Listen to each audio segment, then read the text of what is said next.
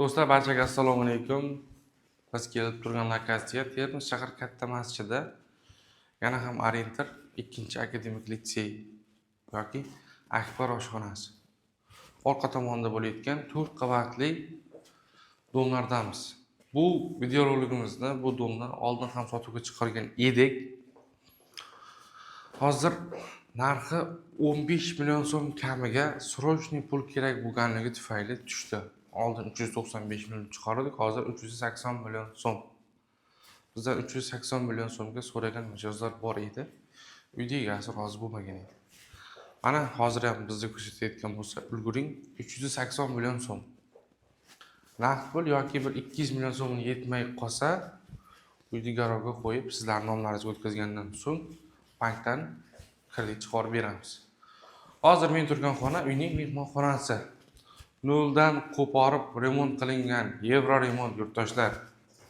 Yorqin aboylar, tepalar natojniy patolog, lustra, mana bunaqangi televizor qo'yadigan joylarga samaklilar va 11 tali qovurg'ali atapinalar. Eng muhimi, bu domda, yangi domda nima sharoit bo'lsa, barchasi mavjud. Ya'ni uy uchun alohida katyollar qo'yilgan. Keling.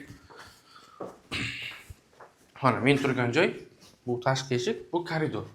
Koridordan kelib chapga burilsak, uyning spalni xonasi. Barcha eshik derazalar almashtirilgan. Bu xona ham yorqin aboylar qilingan, tepalar natojniy patolog. Mana bu tomonga ham samaklilar yopishtirilgan. Keling. Tashqi eshikdan kelib o'ngga qayrilganimizda sanuzil alohida bu hojatxonasi. Bu esa vanna xonasi. Aristonlar qo'yilgan. Keling. Bu joy aslida oshxona bo'lgan, oshxona esa balkonga ko'chirilgan. Bu yerga ertaga bemalol olgandan so'ng ukolog mebellarni qo'yib ovqatlanish uchun joy qilib qo'ysangiz bo'ladi. Bu esa uyning balkoni.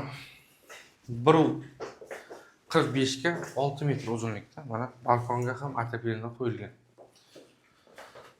Aytib o'tganimdek, to'liq Yevro remont bo'lgan. Mana gap isboti bilan bo'lish kerak. Ko'rsating.